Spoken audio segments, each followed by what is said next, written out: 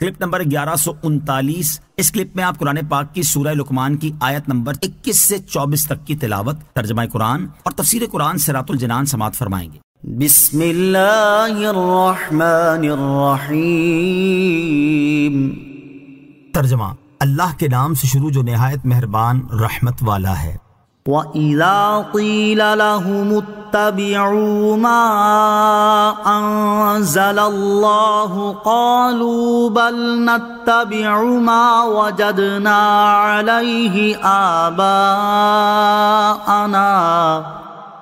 أَوَلَوْ كَانَ الشَّيْطَانُ يَدْعُوهُمْ إِلَى عَذَابِ السَّعِيرِ۔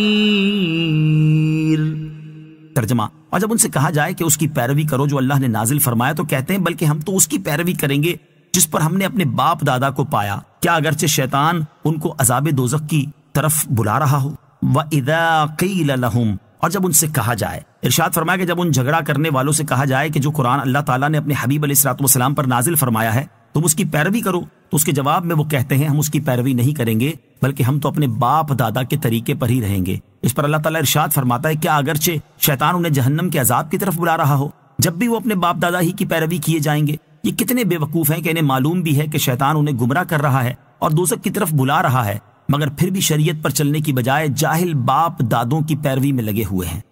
وَمَن يُسْلِمْ وَجْهَهُ إِلَى اللَّهِ وَهُوَ مُحْسِنٌ فَقَدِ اسْتَمْسَكَ بِالْعُرْوَةِ الْوُثْقَى وَإِلَى اللَّهِ عَاقِبَةُ الْأُمُورِ۔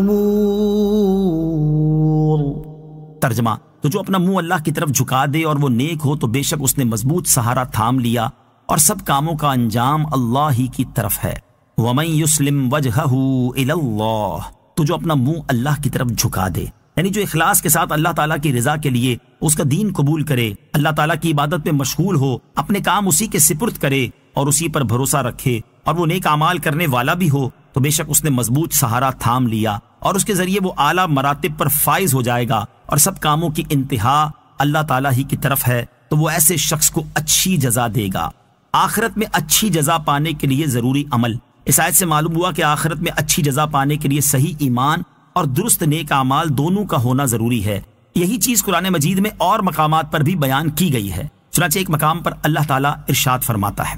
بَلَا مَنْ أَسْلَمَ وَجْهَهُ لِلَّهِ وَهُوَ مُحْسِنٌ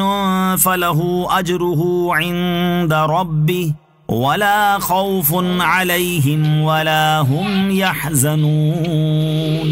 ترجمہ، ہاں کیوں نہیں، جس نے اپنا چہرہ اللہ کے لیے جھکا دیا اور وہ نیکی کرنے والا بھی ہو تو اس کا اجر اس کے رب کے پاس ہے اور ان پر نہ کوئی خوف ہوگا اور نہ وہ غمگین ہوں گے۔ اور ارشاد فرماتا ہے وَأَمَّا مَنْ آمَنَ وَعَمِلَ صَالِحًا فَلَهُ جَزَاءً الْحُسْنَى